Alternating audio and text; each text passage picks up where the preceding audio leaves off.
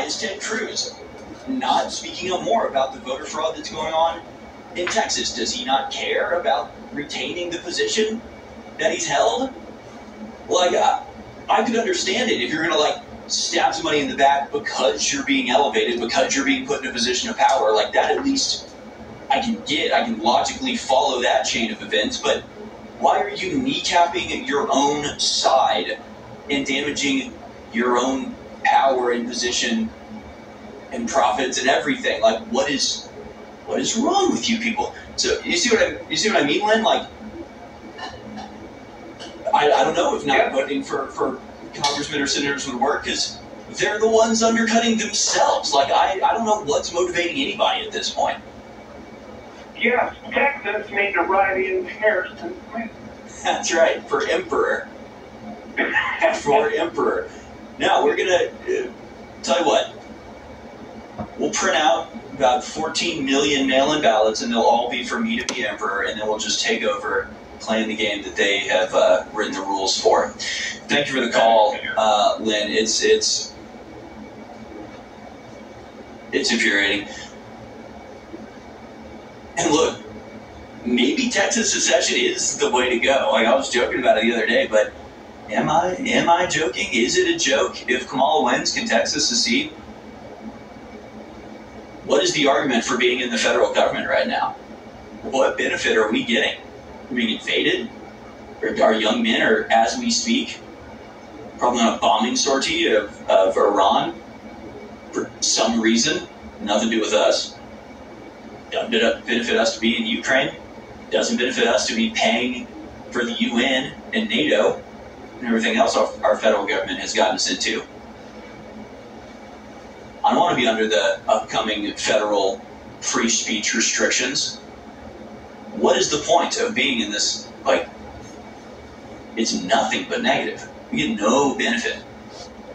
So maybe we could just secede. I know people, like, kind of sounded like, it sounds far-fetched, but I guarantee you, if in some fantasy world, Ken Paxton and Greg Abbott and like a few other Texas leaders came together, said we're putting a bill on the table of the legislature, and if it's successful, people vote in favor of this secession bill, we are leaving the Union. We are withdrawing our men from the military. We are no longer going to contribute, or we're recalling our senators and congressmen. The one thing I can guarantee you is probably 10 million people from other states would move here immediately to be a part of it. I think people in the rest of America and Texas as well, but we're eager for somewhere to go that we could feel like we could be represented. If there was an option, a lot of people would uproot today and go move there. There's just no option. There's just nowhere to go. Tim in California, you're on the air on line number 3. Tim, 1 second. Something's happening here. Hold on. Tim, you're on the air. Thanks for calling in.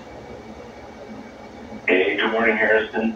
Good morning. Yeah, you kind of enumerated these things yesterday and today, and I'm just kind of piling on with it. There is a cost when you have a lack of consequences. And it's just like, even with children or whatever, that there's going to be a cost if you don't have consequences. And I'll just name a few, and you'll think of dozens of others. But think of COVID, for instance. The children lost years of their development. They were locked down and masked up, to protect them from a cold virus disease. And, just to make things fair, we're going to have 5-year-olds being required to get a COVID jab to get on a Disney cruise. And pregnant women will be told this is safe, but yet you can't go to weddings or funerals or to church. And nobody has paid. Beach house are okay. Nobody has paid even a moderate price for it, right? Or maybe we'll grab the clip of J.D. Vance talking to Theo Vaughn on the other side.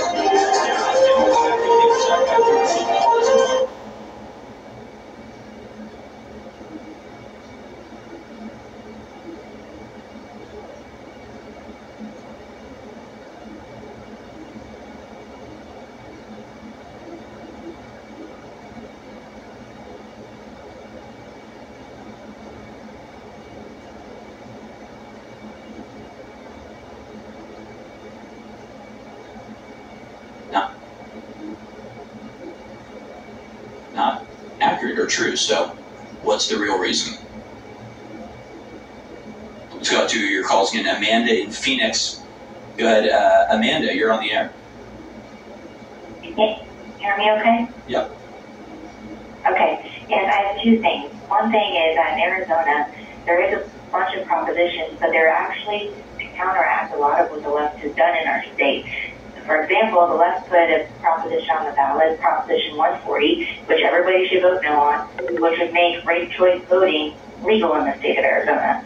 To counteract that, the Arizona GOP put a different one on ballot, 133, which makes it illegal to have ranked choice voting. So there's actually a lot of propositions on the ballot because Arizona legislature actually referred a bunch to the ballot to counteract all of what the left has done, including limiting the governor's ability to shut us down in times of an emergency. So please know that everybody needs to fill out the ballot, all of the propositions, take the time to do it, print out a sample ballot, get ready, go to the polls. Takes time to do it.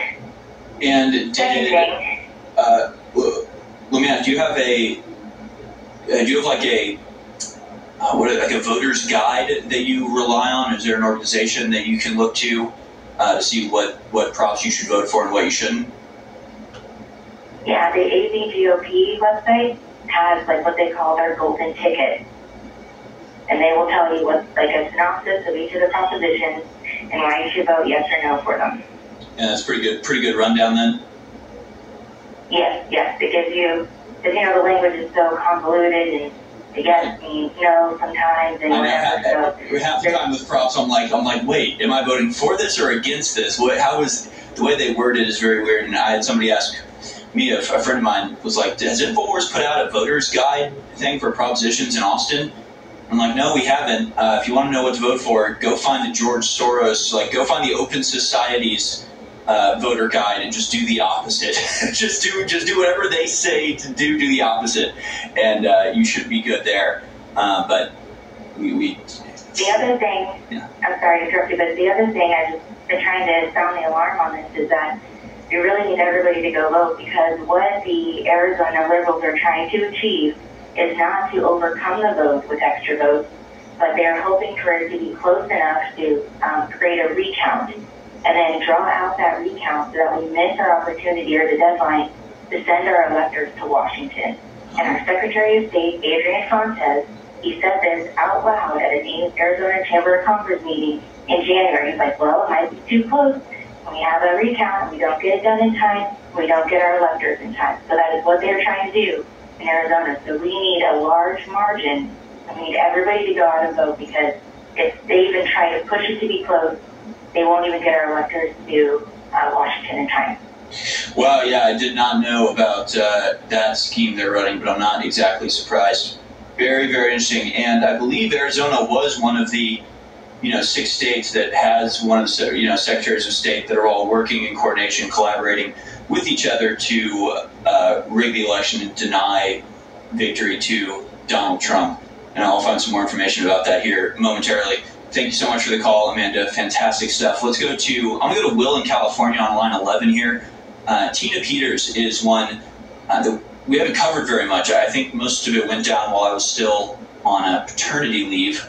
But break it down for us, Will. What's going on with Tina Peters? She was an election worker in Colorado who I believe disobeyed an order to delete material. She preserved material that showed voter fraud taking place, and so she was sentenced to prison for that.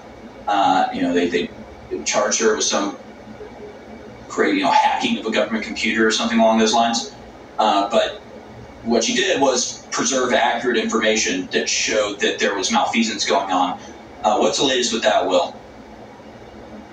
Well, Harrison, good morning. And yes, I'm going to vote for you for emperor when I go to the polls. You will be ritually rewarded, my friend. I think you did well in the primary to get there, by the way. Yeah, I did better in Chihuahua. Yeah, you sure did. You got at least my vote. That's right. It's more than Kamala can say.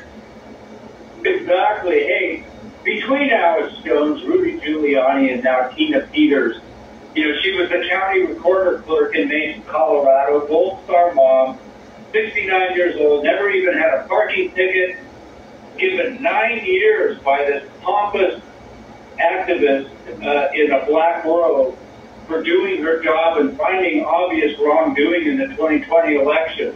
And she actually, and they wouldn't allow her to have any evidence, no discovery. He couldn't even have her witnesses. And the lambasting that she got from this judge, accusing her of everything, including white privilege, etc., was absolutely disgusting. But hey, buddy, where is she when we need her today? I don't know. I think maybe in Mesa County, Colorado today. That's right. They found voter fraud exposed. So where is Tina when you need her? He's serving 9 years in jail. It's disgusting. It is sick. It is absolutely sick. We covered it, I think, during the Daily Dispatch. Over a dozen mailed ballots intercepted and cast fraudulently in Mesa County, Colorado. Criminal investigation underway after 3 fraudulent votes counted. And this was only discovered because people actually went to the website and looked and saw a message saying they'd already voted, realized they hadn't, and called it in. We have no idea how many people, I've never been to the site to look at my vote. How many people actually go to, whatever the site is, to look at their vote and notice that it's wrong? It's such a rare occurrence that would even happen. The fact that 3 people already have discovered that somebody voted on their behalf already means there's probably thousands more where this has happened and they've just never checked. And that is Mesa County, Colorado, the exact place where Tina Peters was uncovering voter fraud and has now been locked up for 9 years. It's not America. It's not America. Former Mesa County Clerk Tina Peters sentenced to 9 years behind bars. Never committed a crime in her life, getting more time than rapists and murderers and lifelong repeat, 8 felony criminals. Just sick. Well, she actually proved that evidently they wouldn't show the evidence, but it's online. And she showed that what they came in to do, this voting machine, I will allow to remain nameless. But she came in and did a before picture of the hard drive and then an after. And they came in to do their trusted bills, so to speak, but they deleted, 29,000 different bits of information from the 2020 election, and they're supposed to and required by law to hang on to that information for at least 22 to 24 months, and they didn't do it. Yeah, so she does the right thing, uncovers actual criminal activity, and is now sitting in prison for 9 years. At a certain point, it's like when is the balance scale going to tip in the direction that says it's not worth it to go along with this? Because every single January 6th suspect, now prisoner, people like Tina Peters, people like the January 6th protesters who were, quietly praying when they were attacked by police and are now facing jail time. Texas couple sentenced to over a year in prison after being assaulted by Capitol police officers while praying on January 6th. Federal judges sentenced a Texas married couple on Wednesday to years in prison over their alleged role in January 6 riots in 2021. The husband and wife claimed they were praying outside the Capitol when police launched crowd control munitions and forcibly began to push them back. The defendants alleged they were assaulted by police during the process, prompting them to use self-defense, which included using physical violence on 2 responding officers. So it's a 55-year-old and a 54-year-old couple from Forestburg, Texas, never in trouble once in their life, now facing 30 and 20 months in prison, respectively. 36 months for Mark, 30 months for Jaleese. And at a certain point, when is, people go along with it, we still have this, belief in the system that I didn't do anything wrong, I didn't commit a crime, this is America, I will subject myself to the court with the confidence that, they will find the truth and treat me appropriately. At a certain point, it's like not going to be worth making that bet. I'm surprised we haven't reached there yet. But like the next Tina Peters or whoever who uncovers something and then suddenly, finds themselves facing a decade in prison, they're going to make the calculation and go, you know what? It's better I go out fighting than get sent to prison until I'm dead. It's a better bet for me that I can go on the run or kill anybody that comes to get me. That's a better bet than subjecting myself to the United States court system. And honestly, I'm surprised it hasn't happened yet. And something that used to happen pretty regularly back in the day. I always look back in jealousy almost at the stories of the build-up to the Texas Revolution when William B. Travis was thrown in prison arbitrarily by some Mexican dignitary for displeasing him. And the response from the Texans was to throw a chain around the jail door, tie it to their saddle, and rip the thing apart and get their friend out. And like, there's a certain point where like authority has to be legitimate, and it's legitimate by the will of the people and by exercising its authority and its power correctly. And when it's not doing that, it's no longer a legitimate authority. You're under no obligation to morally or ethically go along with it. Our founding fathers knew that. We're slowly but surely relearning that lesson, I believe. Let's go to Dave in Arizona on line 10, because you are an election poll worker, which is very good to hear. Congratulations, and thank you, Dave, for doing your part. You're on the air. Yeah, I appreciate it, Harrison. Great show today. And let me back up what that other young lady said from Phoenix. Jesse and I delivered 300 golden tickets in our neighborhood the last couple of weeks. So it's definitely great to get active and make sure to know what's going on with the propositions here in State 48. My first time being an election worker, so I'll go to an organization Sunday, and then all day Monday, and then Tuesday will be a huge day, 5 a.m. to probably 9 p.m. Excellent. So have you done it yet? I've been to an organizational meeting where we watched the ballots get read through the tabulators, and a lot of people don't know this. In Arizona, it's 2 full pages, front and back, and if you mess up on one of the pages, but the other pages have already gone through, they have you put it in drawer number 3, so it can go to the magic adjudication. And what that means in parlance for people that work the Maricopa County audit in 2020, people get to pick the votes that they think that you wanted to make on your sheet.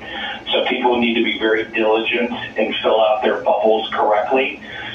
And I would recommend take your own blue ballpoint pen. They're giving out felt markers again, which bleed through the backside and will effectively spoil ballots. We're going to have another Sharpie Gate situation on our hands in Arizona. Sir, yes, sir. Yep, they know the system. They broke it. Still in 2022. I think they perfected voter malfeasance and election malfeasance. 3 out of 5 election sites in 2022 suffered and had extremely long lines. In this ballot, we'll take a seasoned professional 25 minutes to. So I'd recommend if people can vote early in person, take the opportunity to do that in the next 10 days. Wow. Man, it is so messed. Everything is so screwed up. Thank you for the call, Dave. Folks, I've not done a good job today of reminding you to go to thealexjonesstore.com.